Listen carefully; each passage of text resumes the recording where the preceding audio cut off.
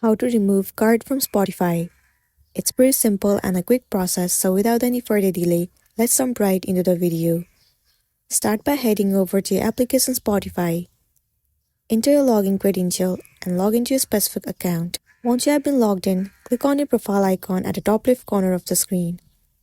Head over to your premium. In this page, tap on Manage. Head over to Explore Plans or Available Plans. Now click on Change Plan. It will land you on this page.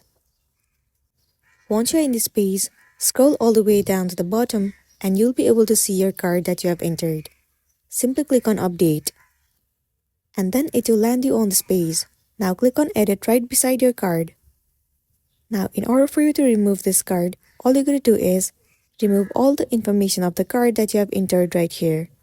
Or else you can simply choose another payment method and then the recent payment method that you have entered will be removed. After that, you'll be good to go.